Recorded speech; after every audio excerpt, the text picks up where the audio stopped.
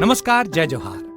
क्या आप भी गवर्नमेंट एग्जाम्स की तैयारी करना चाहते हैं? क्या आप भी मेमोरी टेक्निक्स और ट्रिक्स के जरिए बहुत ही कम समय में स्मार्ट स्टडी करना चाहते हैं? क्या आप चाहते हैं कि सीजी व्यापम टॉपर आपको पढ़ाए?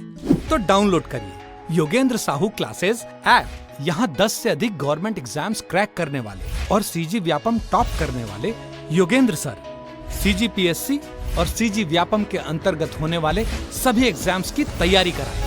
तो डाउनलोड करिए Yogendra Sahu classes app to be the best, learn from the best.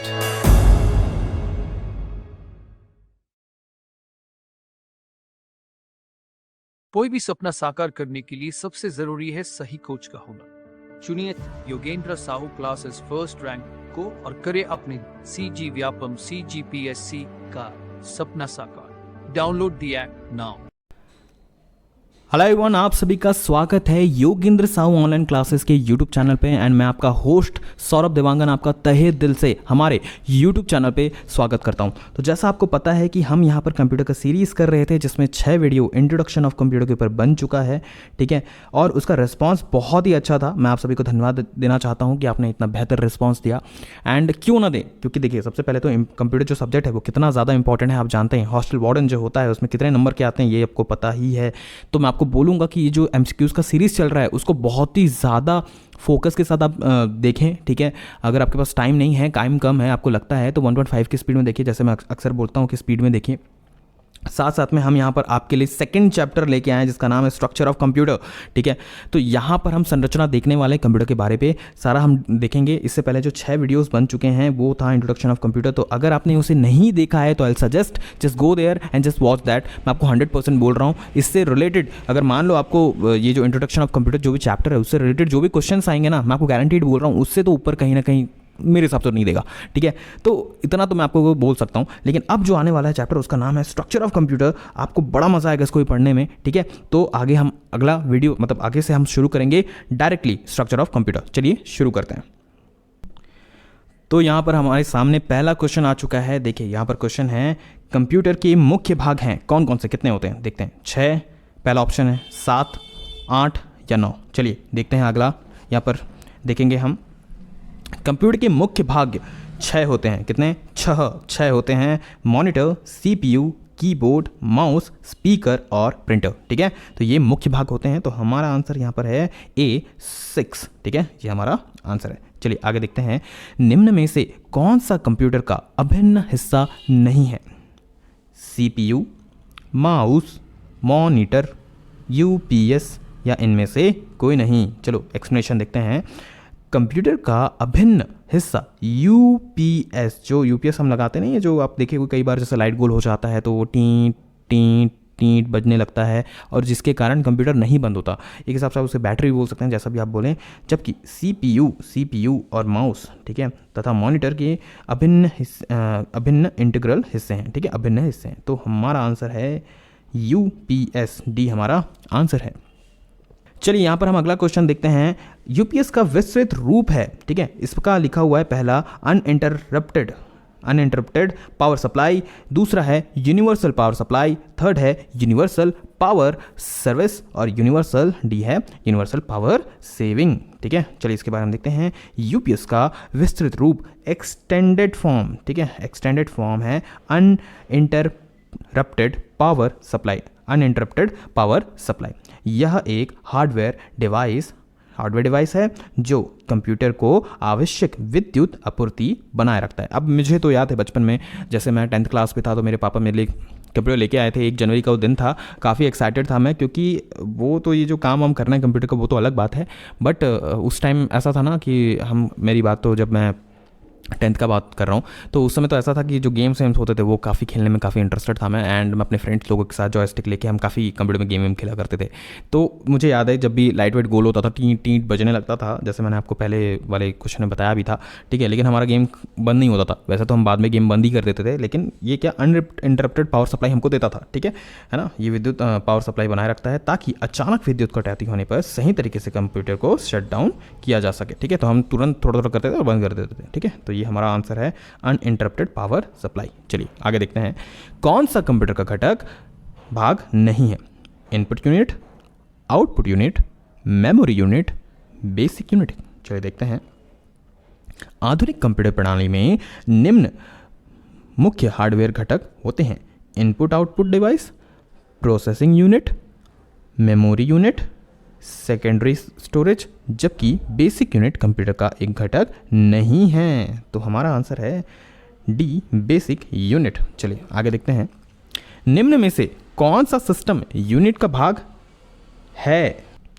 तो हमारे पास ऑप्शंस हैं। पहला मॉनिटर, दूसरा है सीपीयू, थर्ड है सीडी रोम, फोर्थ है फ्लॉपी डिस्क और फिफ्थ है प्रिंटर। दिए गए विकल्पों में सीपीयू कंप्यूटर के सिस्टम यूनिट का भाग है, जबकि अन्य भाग डिवाइस हैं। ठीक है, डिवाइस हैं। यह है सीपीयू, हमारा आंसर है। अगला देखते हैं, सीपीयू क्या है? क्या लगता है आपको?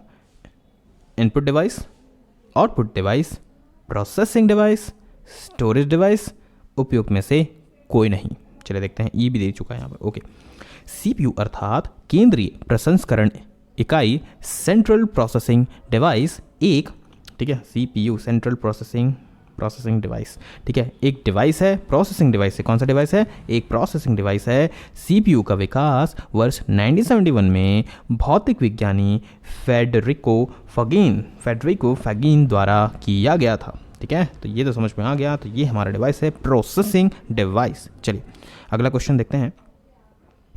निम्न में से कौन सीपीयू के भाग नहीं है? क्या लगता है आपको? Primary storage, register, control unit, ALU या इनमें से कोई नहीं। चलिए देखते हैं। प्राइमरी स्टोरेज सीपीयू का भाग नहीं है, याद रखना, जबकि रजिस्टर, कंट्रोल यूनिट तथा एएलयू, ठीक है, सीपीयू के ही भाग हैं। Arithmetic logical unit I think यही होना चाहिए। ठीक है, प्राइमरी स्टोरेज डिवाइस में रैम, ठीक है, इसको राम मत पढ़ने, राम भगवान वाले, ठीक है, राम भगवान तो है ही, जय श्री राम। ठीक है, डिवाइस में रैम और रोम शामिल नहीं होते, जबकि सीडी, पेन ड्राइव इत्यादि स्टोरेज डिवाइस हैं। ठीक है, तो हमारा आंसर है निम्न में से कौन सा सीपीयू का भाग नहीं है? तो उसे बोलते हैं प्राइमरी स्टोरेज। चलिए अगला देखते हैं। कंप्यूटर खाली स्थान के बिना काम नहीं कर सकते। स्कैनर, इंटरनेट, माउस या सीपीयू। चलो यहीं पर एक्सप्लेनेशन को दिमाग लगाते हैं। अब आप बताओ, स्कैनर अगर नहीं है कंप्यूटर पे तो क्या कंप्यूटर नहीं चल सकता? बिल्कुल चल सकता है। हमको कोई चीज़ स्कैन नहीं करना भैया। मैं अपने कंप्यूटर को जो चला रहा था 3-4 साल चलाया, मैंने कोई स्कैन ही नहीं किया यार। मेरे को कोई नीड ही नहीं था। मेरे को कोई पढ़ने लिखने वाला तो हम नोट्स बना लेते थे, तो नीड नहीं था। अब इंटरनेट उसमें उस टाइम जब मैं बात कर रहा हूँ 2010 की बात कर रहा हूँ, तो उस टाइम इंटरनेट का उतना क्रेज़ था, लेकिन उतना नहीं था। तो नोकिया स्यूट बोल के एक हुआ करता था, जैसे ऐसे करके, ठीक है, उससे हम कनेक्ट करते थे इंटरनेट, लेकिन नीड नहीं हुआ करता था उतना ज़्यादा। ठीक है, तो इंटरनेट नहीं भी होगा तब भी उसके बिना वो काम कर सकता है। माउस, क्या लगता है माउस के बिना काम कर सकता है? बिल्कुल। मेरे पास कई बार जो मेरे माउस थे वो मैं अपने फ्रेंड को दे देता था। ऐसा भी होता था कई बार कि माउस ख़राब हो गया, ठीक है, चूहा काट दिया, तो माउस के बगैर भी हम जो कीबोर्ड जो है उसमें उससे भी यूज़ किए भाई हम तो। ठीक है, तो वो भी हो सकता है। हम कीबोर्ड से करते हैं ना, F5 करके अपन रिफ्रेश करते हैं, ठीक है, लेकिन सीपीयू ही नहीं रहेगा तो कंप्यूटर ऑन कैसे होगा? तो ये तो बहुत बड़ा क्वेश्चन है। तो यहीं पर हमको आंसर मिल गया। लेकिन चलिए आगे देखते हैं इसमें क्या आंसर लिखा हुआ है। केंद्रीय सीपीयू को केंद्रीय प्रसंस्करण इकाई, सेंट्रल प्रोसेसिंग यूनिट भी कहा जाता है, जैसा कि इनके नाम से ही स्पष्ट है कि यह संगणक कंप्यूटर का वह भाग है जहां पर संगणक कंप्यूटर प्राप्त सूचनाओं, इंफॉर्मेशन, ठीक है, इंफॉर्मेशन का विश्लेषण करता है। क्या करता है? विश्लेषण करता है। इस कारण ही इसे संगणक का दिमाग या मस्तिष्क, कंप्यूटर का दिमाग या मस्तिष्क भी कहा जाता है। तो एक क्वेश्चन का आंसर हमको यहाँ पे मिल गया। संगणक कंप्यूटर का दिमाग किसे बोला जाता है? वैसे तो बहुत कॉमन क्वेश्चन है, लेकिन तभी जान लो कि मस्तिष्क कहा जाता है, अतः इसके बिना कंप्यूटर नहीं चल सकता। तो इसका आंसर है CPU, डी हमारा आंसर है। चलिए आगे देखते हैं कौन सा पार्ट कंप्यूटर का दिमाग है। चलो अगला क्वेश्चन वही मिल गया। CPU, मॉनिटर, RAM, रैम या रोम या इनमें से कोई नहीं। इसका भी एक्सप्लेनेशन देख लेते हैं। CPU अर्थात सेंट्रल प्रोसेसिंग यूनिट, CPU, ठीक है, सेंट्रल प्रोसेसिंग यूनिट को कंप्यूटर का दिमाग कहा जाता है। यह कंप्यूटर पर चलने वाले हार्डवेयर और सॉफ्टवेयर से प्राप्त सभी निर्देश, कमांड्स का प्रबंधन, मैनेजमेंट करता है। अब आप जो भी दोगे निर्देश हो सकता है वो माउस से हो सकता है कीबोर्ड से हो, जो भी आप दोगे उसका क्या करेगा? ये सभी निर्देशों को क्या करेगा? प्रबंधन करेगा, मैनेजमेंट करेगा। तो ये बहुत इंपॉर्टेंट फैक्टर है। तो हमारा आंसर है ए, CPU। तो चलिए अगला क्वेश्चन देखते हैं। कंप्यूटर की सेंट्रल प्रोसेसिंग यूनिट का फंक्शन क्या है? ठीक है, इनवॉइस बनाता है, अच्छा, गणनाएं और प्रोसेसिंग करता है, डेटा डिलीट करता है, इनमें डेटा को करप्ट करता है, अच्छा, इसमें से कोई नहीं। चलिए इसका एक्सप्लेनेशन देखते हैं अगला। ठीक है, कंप्यूटर के सीपीयू मतलब केंद्रीय प्रसंस्करण इकाई सेंट्रल प्रोसेसिंग यूनिट का प्रमुख कार्य कंप्यूटर में इनपुट कराए गए आंकड़ों पर प्रक्रिया देना है। मतलब जो भी हम करेंगे इनपुट, तो उसका काम क्या है? हम लोग देंगे, बोलेंगे यहाँ इस फोल्डर को ओपन करो, तो उसका क्या करेगा वो? तो उसके बाद क्या करेगा? ऑब्वियस सी बात है, उसको क्या करेगा? आंकड़ों जो रहेगा, इनपुट रहेगा, उसको प्रोसेस करेगा। ठीक है, प्रोसेस करेगा, उसको मैनेज करेगा, सारा चीज़ करेगा, उसको आपको रिजल्ट देगा, आउटपुट देगा। तो बहुत सारी चीज़ें होती है। ठीक है, यह गणनाएं कैलकुलेशन करने के साथ साथ इनपुट को आउटपुट में बदलने का काम भी करता है। अभी मैंने बोला इनपुट दिए आउटपुट मिला, इनपुट दिए आउटपुट मिला। ठीक है, तो माउस से आपने इनपुट दिया तो उससे आपको आउटपुट मिलेगा। ठीक है, तो चलो, कंप्यूटर के सेंट्रल प्रोसेसिंग यूनिट का फंक्शन क्या है? गणनाएं एवं और प्रोसेसिंग करता है। ये हमारा आंसर है। ठीक है, अब देखते हैं सीपीयू का निष्पादन प्रायः किस में मापा जाता है? GB, MHz, MIPS, बैंडर। आगे देखते हैं इसका आंसर क्या होगा। तो यहाँ पर सीपीयू का कार्य, ठीक है, एमएचजेड का मतलब क्या है? एमएचजेड का मतलब है मेगाहर्ट्ज। ठीक है, मेगाहर्ट्ज। ठीक है, सीपीयू का कार्य निष्पादन क्षमता एक्सिक्यूशन कैपेसिटी का मापन प्रायः क्या होता है? मेगाहर्ट्ज या गीगाहर्ट्ज में किया जाता है। ठीक है, मेगाहर्ट्ज या गीगाहर्ट्ज। देखो गीगाहर्ट्ज नहीं दिया है तो मेगाहर्ट्ज होगा इसका आंसर। ठीक है, चलिए अगला क्वेश्चन देखते हैं। सरलतम सीपीयू अनुसूची, ठीक है, सरलतम सीपीयू अनुसूची कलन विधि क्या है? राउंड रॉबिन अनुसूची कलन विधि, बहुस्तरीय अनुसूची कलन विधि, FCFS अनुसूचित कलन विधि, SJF अनुसूची कलन विधि। चलो देखते हैं इसके बारे में डिटेल। सरलतम सीपीयू अनुसूची कलन विधि का कलन विधि एक बहुस्तरीय अनुसूची कलन विधि मल्टी लेवल शेड्यूल एल्गोरिथम है। इसके अंतर्गत निम्न कलन विधियों को शामिल किया गया है: FCFS अनुसूची कलन विधि तथा सेकंड नंबर है SJF अनुसूची कलन विधि। तो हमारा आंसर है बहुस्तरीय अनुसूची कलन विधि। ठीक है, अगला क्वेश्चन देखते हैं। तो यहाँ पर अगला क्वेश्चन है, रजिस्टर में नया डेटा लिखने की क्रिया। ठीक है, ये मैं अपना फेसबुक बंद कर देता हूँ यार। चलो मैंने एयरप्लेन मोड पे ही डाल दिया, फ्लाइट मोड पे डाल दिया। रजिस्टर में नया डेटा लिखने की क्रिया रजिस्टर की पहली अंतवस्तु मिटा देती है, वर्तमान अंतवस्तु को नष्ट करती है तथा रजिस्टर संचायक हो केवल तभी संभव हो, इनमें से कोई भी नहीं। चलिए इसका देखते हैं। कई बार क्या होता है ना, मुझे भी मतलब हिंदी का जो एकदम ज़्यादा डीप में लिखा होता है वो भी कभी बार समझ नहीं आता, बट कोई बात नहीं। सीपीयू अर्थात केंद्रीय प्रसंस्करण इकाई में कई तरह के रजिस्टर होते हैं। ठीक है, जिसमें किसी प्रोग्राम को कार्यान्वयन इम्प्लीमेंटेशन के दौरान आंकड़ों डाटा को संचित स्टोर किया जाता है। रजिस्टर में नया डाटा लिखने की प्रक्रिया प्रोसेस में पूर्व की अंतर्वस्तु मिट जाती है। तो इसका आंसर होगा, ठीक है, इसका आंसर है रजिस्टर की पहली अंतर्वस्तु मिटा देती है। ठीक है, चलिए अगला क्वेश्चन देखते हैं। कंप्यूटर में सेंट्रल प्रोसेसिंग यूनिट के अंतर्गत आते हैं इनपुट डिवाइस, आउटपुट डिवाइस और मेमोरी, सॉफ्टवेयर, हार्डवेयर और power supply, memory, visual display unit और printer, store, arithmetic logical unit ALU और कंट्रोल यूनिट। चलो देखते हैं आगे। कंप्यूटर में सेंट्रल प्रोसेसिंग यूनिट CPU के अंतर्गत स्टोर, अर्थमेटिक और लॉजिकल यूनिट और कंट्रोल यूनिट आते हैं। तो हमारा आंसर हमको मिल गया, डी है स्टोर, अर्थमेटिक, ALU जो मैंने बताया था, और लॉजिकल यूनिट तथा कंट्रोल यूनिट। ठीक है, चलो अगला देखते हैं। यदि आप PC की कार्यक्षमता को बेहतर करना चाहते हैं, ठीक है, तो आपको निम्नलिखित को अपग्रेड करना होगा: CPU को, मॉनिटर को, कीबोर्ड को, या इनमें से कोई नहीं। क्या लगता है इसमें से क्या लगता है आपको? देखो सबसे पहले मैं आपको यहाँ पर बता रहा हूँ, बाकी ऑप्शन देख लेते हैं। मॉनिटर क्या अपग्रेड करोगे? पुराना मॉनिटर देखा होगा आपने, टीवी टाइप का बड़ा बड़ा मॉनिटर कई बार हमारे पास कई लोग रखे रहते हैं, उसको अपग्रेड नहीं करते तब भी चलता है अच्छा कंप्यूटर। कीबोर्ड को भी करना नहीं, उसके मतलब बहुत सारे कीज़ हैं वो ख़राब हो जाएंगे, इधर उधर बहुत सारे चीज़ भी होंगे तब भी कुछ नहीं होता, ठीक है। मॉनिटर जो है इससे नहीं होता, मैंने जैसे बताया, ठीक है। इनमें से कोई नहीं। अब CPU के बारे में बात करते हैं, CPU कैसा वर्क करता है, ठीक है। अब देखो CPU का अगर बात करें तो CPU में तो हमको अपग्रेड करना ही पड़ता है ना CPU को, ठीक है। तो इसमें से कोई नहीं, चलो इसका देखते हैं हम आगे एक्सप्लेनेशन।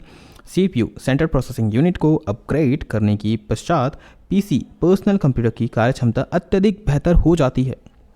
CPU द्वारा कंप्यूटर में गणनाएं अरे ये क्या हो गया, ओके, गणनाएं स्क्रीनशॉट हो गया, गणनाएं संशोधन एवं तुलनात्मक कार्य किए जाते हैं। CPU सेंट्रल प्रोसेसिंग यूनिट मुख्यतः 3 भागों ALU, CU और रजिस्टर में विभाजित होता है, ठीक है। तो हमारा आंसर है CPU, ठीक है। चलो अगला देखते हैं। कंप्यूटर शब्दावली में USB का पूर्ण रूप फुल फॉर्म क्या है, ठीक है। तो यूनिवर्सल सीरियल बस, यूनिवर्सल सेट बस, यूनिफाइड सीरियल बस और अनडिफाइंड सीरियल बस। चलो देखते हैं इसका explanation. USB universal serial bus port से विभिन्न प्रकार के हार्डवेयर डिवाइसेस को जोड़ा कनेक्टेड लिखा हुआ है, ये कनेक्टेड किया जा सकता है। USB पोर्ट से उपकरणों डिवाइस को सीधे ही प्लग एंड प्ले तरीके से जोड़ा जा सकता है, ठीक है। तो हमारा आंसर है यूनिवर्सल सीरियल बस। अगला क्वेश्चन देखते हैं।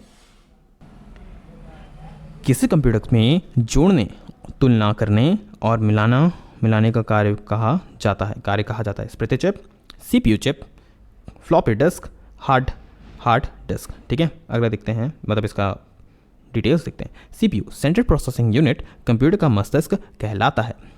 ALU जैसे मैं आपको बताया था arithmetic logical unit. CPU chip का वह भाग है जो कंप्यूटर की सभी गणितीय, मैथमेटिकल और तार्किक गणनाएं, लॉजिकल कैलकुलेशन करने के लिए उत्तरदायी होता है।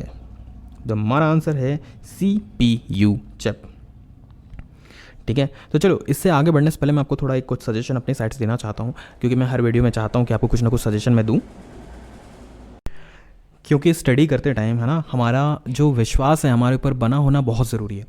तो एक स्टोरी मैं आपको शेयर करना चाहता हूँ। मेरा कोई मुद्दा नहीं है कि इस वीडियो को मैं ज़्यादा टाइम लूँ, है ना, लेकिन खुद के ऊपर भरोसा मैं चाहता हूँ कि आप रखें अपने ऊपर, ठीक है। तो एक बार की बात है कि एक पर्सन होता है, उसका लाइफ बहुत अच्छा रहता है, उसके पास बहुत सारे खेत होते हैं, उसकी वाइफ होती है, उसके बच्चे होते हैं, वो बहुत ज़्यादा है ना खुश होता है अपने ज़िंदगी में, बहुत ज़्यादा खुश रहता है अपने ज़िंदगी में। अब है ना, मतलब इतना पैसा भी बहुत अच्छा रहता है, उसके मम्मी पापा बहुत खुश रहते हैं, एवरीथिंग और बहुत खेत होते हैं उसको, एकड़ खेत। इस स्टोरी का नाम है एकर्स ऑफ डायमंड्स, ठीक है। बहुत ज़्यादा खेत वेत होते हैं। अभी क्या होता है कि है ना, एक बार एक आदमी आता है, एक पर्सन आता है और उसके पास आके बोलता है कि भाई तुम तो बहुत, उसका नाम हफीज़ कुछ रहता है, ठीक है। तो बोलता है भाई मतलब तुम तो बहुत अमीर हो, क्या तुम्हारे पास डायमंड है, ठीक है। डायमंड, तो बोलता है डायमंड क्या होता है? तो बोलता है एक चमकने वाला एक पत्थर होता है कि जिसके पास भी वो होता है ना, वो बहुत ज़्यादा अमीर होता है। तो बोलता है नहीं तो वैसे भी अमीर हूँ। बोलता नहीं, तुम्हारी अमीरी इससे नहीं नापी जाएगी, दुनिया में तुम्हारी अमीरी जो होगी, जितना तुम्हारे पास डायमंड होगा या तुम्हारे पास एक डायमंड भी होगा ना, तो नापी जाएगी। तो अच्छा, ऐसा बोलता है और बोलता है ठीक है अब मिलते हैं दोबारा। तो नहीं, उससे पहले ये भी होता है, उससे वो पूछता है कहाँ मिलता है ये, तो वो बताता है कि ढूंढने से मिलता है बोल के। अच्छा ठीक है बोल के वो चला जाता है। मैं आऊँगा कभी, अगर आपके तुम्हारे पास होगा तो मैं बताऊँगा ऐसा टाइप का। तो वो उस रात को बहुत सोचता है, मैं तो इतना अमीर था, इतना खुश था, लेकिन मेरे पास तो डायमंड नहीं है, मुझे डायमंड खोजना चाहिए। डायमंड खोजने के लिए फिर वो बोलता है, बहुत सोचता है, उसके बाद बोलता है ठीक है, तो अपनी वाइफ और अपने बच्चों के लिए अच्छा खासा पैसा वो कमा, मतलब जितना रहता है उसको मेंटेन कर लेता है और मम्मी पापा को अच्छी जगह सेट कर लेता है और बोलता है कि मैं जा रहा हूँ डायमंड की खोज पे, ठीक है। उसको घर वाले बहुत समझाते बट वो नहीं मानता। वो बोलता है मैं डायमंड की खोज पे जाऊँगा और बहुत अलग अलग देशों में वो घूमता है, बहुत अलग अलग जगह में घूमता है, रिवर्स में घूमता है, मैदानी इलाके में घूमता है, पहाड़ों में घूमता है, बहुत अलग अलग जगह में वो घूमता है। लेकिन इन वॉट उसको कुछ मिलता नहीं है। वो 1 साल, 1.5 साल, 2 साल तक डायमंड खोजता है, सही जगह खोजता है कि गलत जगह खोजता है, it's up to him, but उसे समझ नहीं होता, लेकिन वो नहीं कर पाता। और एंड ऑफ द डे उसके पास पैसे वैसे कुछ नहीं होने के कारण लास्ट में एक पुल से कूद कर आत्महत्या कर लेता है, ठीक है। और उसके बाद ये चीज़ होता है, उसके घर वालों को पता चलता है, कैसे होता है ये तो मैटर नहीं करता। बट जब वो रहता है, जो पर्सन रहता है, जो बताया रहता है कि भाई डायमंड होता है, उससे लोग बहुत अमीर होते हैं, वो रिटर्न फिर हाफिज़ के घर पे आता है। अब उसके बाद जब वो घर पे आता है तो वहाँ पर देखता है कि है ना बहुत सारे डायमंड्स उसके घर में है ना पड़े हुए हैं, ऐसे ही मतलब फेंकाई टाइप का पड़े हुए हैं। तो वो बोलता है अरे हाफिज़ आ गया क्या? तो एक पर्सन जो इंसान खरीद लिया, क्योंकि वो सारा चीज़ बेच लेता है, अपनी खेती बेच लेता है, अपनी ज़मीनें बेच लेता है, सब चीज़ बेच लेता है, ठीक है। तो वो बोलता है कि हाफिज़ आ गया। तो बोलता है नहीं हाफिज़ तो नहीं आया, हाफिज़ का घर तो हमने खरीद लिया। तो बोला नहीं, मैंने हाफिज़ से बात किया था डायमंड्स के बारे में। किसके बारे में? डायमंड्स के बारे में। डायमंड्स इतने सारे पड़े हुए हैं, क्या होता है डायमंड? अरे डायमंड वही होता है जिससे लोग सबसे ज़्यादा अमीर होते हैं। तो बोलता है नहीं ये तो कचरा है, चमकने वाला कुछ पत्थर है जो मेरे को अपने खेत से मिला है। तो बोलता है क्या खेत से मिला है? कहाँ है तुम्हारा खेत? ये तो बाजू में खेत है भाई। तो खेत में जाके बोलते दिखाओ कहाँ है। तो जाता है खेत में, आप बिलीव नहीं करेंगे, वहाँ पर जाके वो देखता है कि पूरा खेत में अगर थोड़ा सा भी आप खोदोगे, ठीक है, तो खोदते खोदते वहाँ पर डायमंड्स ही डायमंड्स हर जगह मिलते हैं। ये हाफिज़ को नहीं मिल रहा था, क्योंकि हाफिज़ को शायद उस चीज़ की समझ नहीं होती। इस स्टोरी से क्या चीज़ समझ में आता है? इस स्टोरी से एक ही चीज़ समझ में आता है कि हमारे पास वो सारी शक्तियाँ हैं, वो सारा टैलेंट है, वो सारा जज्बा है, वो सारा बोलना चाहिए हिम्मत है, एवरीथिंग वी हैव, लेकिन हम अपने अंदर कभी झाँक के नहीं देखते। हम अपने अंदर कभी झाँक के नहीं देखते कि भैया क्या मेरे अंदर वो दम है कि मैं एक गवर्नमेंट एग्ज़ाम लगा पाऊँ, मैं एक व्यापम का एग्ज़ाम क्रैक कर पाऊँ। क्या पता आपके अंदर ही वो पर्सन हो जो एक नहीं 3 गवर्नमेंट एग्ज़ाम निकाल दे, 4 एग्ज़ाम क्रैक कर ले, उसके बाद सोचे कि भैया हाँ मुझे इस गवर्नमेंट जॉब में जाना है, इसमें नहीं जाना। आपको शायद लग रहा है कि शायद बहुत ज़्यादा मुश्किल है, लेकिन आप ही शायद वो पर्सन हो सकते हो अगर अपने आप से आप खुद बात करोगे, खुद से बात करो, खुद से जानो। Don't go for the motivation videos in the YouTube, है ना, जा रहे हो सर्च कर रहे हो मोटिवेशन वीडियोस ये वो, अरे वो सब करना बंद कर दो यार। Let you have to talk with yourself. एक बार खुद से बात तो करो। कभी बात की हो क्या? नहीं की हो ना? खुद से बात करो यार। एक थोड़ा सा कनेक्ट कर रहा हूँ। एक बार क्या होता है कि मतलब ये जो अमृत होता है, मतलब उसी से कनेक्ट कर रहा हूँ। एक अमृत होता है, अमृत को है ना भगवान 3 भगवान रहते हैं, त्रिदेव हमारे जो भगवान होते हैं, त्रिदेव जो भगवान है, ठीक है, वो अमृत को क्या करते हैं, बोलते हैं भैया ये चलो विष तो चलो मैंने पी लिया, शंकर भगवान ने बोला, लेकिन अमृत को क्या करो? एक कृत्रिम स्टोरी, आर्टिफिशियल स्टोरी, इसको क्या करें? एक काम करते हैं, इसे पहाड़ों के सबसे ऊपर ले जाते हैं। तो बोलते हैं नहीं यार, हिमालय सबसे बड़ा है, वहाँ पर अगर हम ले जाएंगे तो कभी ना कभी इंसान पहुँच जाएगा और अमृत को उठा लेगा। तो एक काम करते हैं, समुद्र की गहराई में ले जाते हैं। नहीं यार, आने वाले टाइम में तो इंसान बहुत ज़्यादा ग्रो कर लेगा, वो भी शायद पहुँच जाए। तो फिर बोला जाता है कि एक काम करते हैं, इस अमृत को है ना इंसान के अंदर ही डाल देते हैं। अगर ये इंसान के अंदर चले गया ना तो वो दुनिया जगह में ढूंढेगा, लेकिन खुद के अंदर कभी झाँक के नहीं देखेगा।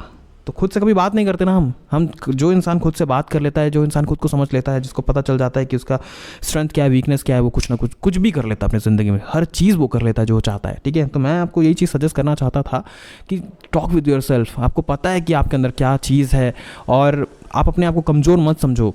यहाँ पर ऐसे भी होता है कि जो स्कूल का टॉपर होता है वो भी एग्ज़ाम नहीं निकाल पाता, और अगर जो टॉप नहीं भी किया होगा ना, वो भी ये व्यापम के एग्ज़ाम को और गवर्नमेंट एग्ज़ाम को निकाल लेगा। तो ऐसा कुछ नहीं है, टॉपर वाला कोई सीन नहीं है। अगर आप टॉपर होंगे तो गलत मत समझिएगा भाई, है ना, ठीक है।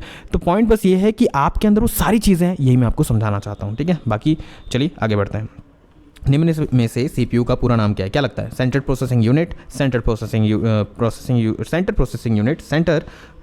यूनिट, और इसके बाद है सेंट्रल प्रोसेस यूनिट। अच्छा, दोनों वही लिखा हुआ है, ठीक है। CPU का पूरा नाम सेंट्रल प्रोसेसिंग यूनिट होता है, इसे कंप्यूटर का मस्तिष्क भी कहते हैं, ठीक है। तो इसका आंसर है ये सेंट्रल प्रोसेसिंग यूनिट। चलिए आगे देखते हैं। निम्नलिखित में से कौन सा आउटपुट डिवाइस नहीं है? ठीक है, monitor, touch screen, plotter, printer, ठीक है। चलिए आगे देखते हैं इसका आंसर क्या होगा। इसका एक्सप्लेनेशन है, टच स्क्रीन एक इनपुट डिवाइस है, जबकि शेष सभी आउटपुट डिवाइस हैं। टच स्क्रीन एक ऐसी युक्ति है जिसमें कंप्यूटर उपयोगकर्ता बिना किसी अतिरिक्त पॉइंट युक्ति मतलब डिवाइस के सीधे कंप्यूटर स्क्रीन पर अपनी उंगलियों के माध्यम से संकेतों सिंबल को इनपुट कर सकता है, ठीक है। तो हमारा आंसर है टच स्क्रीन, ठीक है। अब देखते हैं आगे। कंप्यूटर का मॉनिटर होता है storage device, processing device, input device या आउटपुट डिवाइस। इसका एक्सप्लेनेशन देखते हैं। कंप्यूटर का मॉनिटर एक आउटपुट डिवाइस होता है। इनपुट युक्तियाँ इनपुट डिवाइस द्वारा प्राप्त डेटा तथा निर्देश कमांड को परिणाम के रूप में प्रदर्शित रिप्रेजेंट करने के लिए जिन युक्तियों का प्रयोग किया जाता है उसे आउटपुट अथवा निर्गम युक्तियाँ डिवाइसेस कहते हैं, ठीक है। तो इसका आंसर है आउटपुट डिवाइस, ठीक है। चलिए अगला क्वेश्चन देखते हैं। अगला क्वेश्चन है, निम्नलिखित में से कौन सा से सही है, ठीक है। कौन सा सही है? GUI ग्राफिकल यूज़र इंटरफेस ठीक है। सेकंड है VDU विजुअल डिस्प्ले यूनिट और ALU ऑल लॉजिकल यूनिट, ठीक है। कौन सही है? 1 से 2, 1 या 2, 1 या 3, केवल 3 या केवल 2। आगे इसका एक्सप्लेनेशन देखते हैं। GUI का पूर्ण रूप है ग्राफिकल यूज़र इंटरफेस या एक प्रकार का उपयोगिता अंतराल फलक यूज़र इंटरफेस अच्छा होता है जिसके द्वारा लोग संगणक कंप्यूटर के टंकण कीबोर्ड के अलावा अन्य प्रकार से भी संपर्क कनेक्शन करने में सक्षम हो सकते हैं, ठीक है। वो सक्षम हो सकें। जबकि VDU का पूर्ण रूप है विजुअल डिस्प्ले यूनिट, यह एक आउटपुट से संबंधित है तो ये हमारा आंसर है, एक मिनट, ये हमारा आंसर है 1 और 2, ठीक है। कौन सा? GUI एंड VDU, ठीक है। अगला देखते हैं, लास्ट क्वेश्चन है हमारे इस चैप्टर का,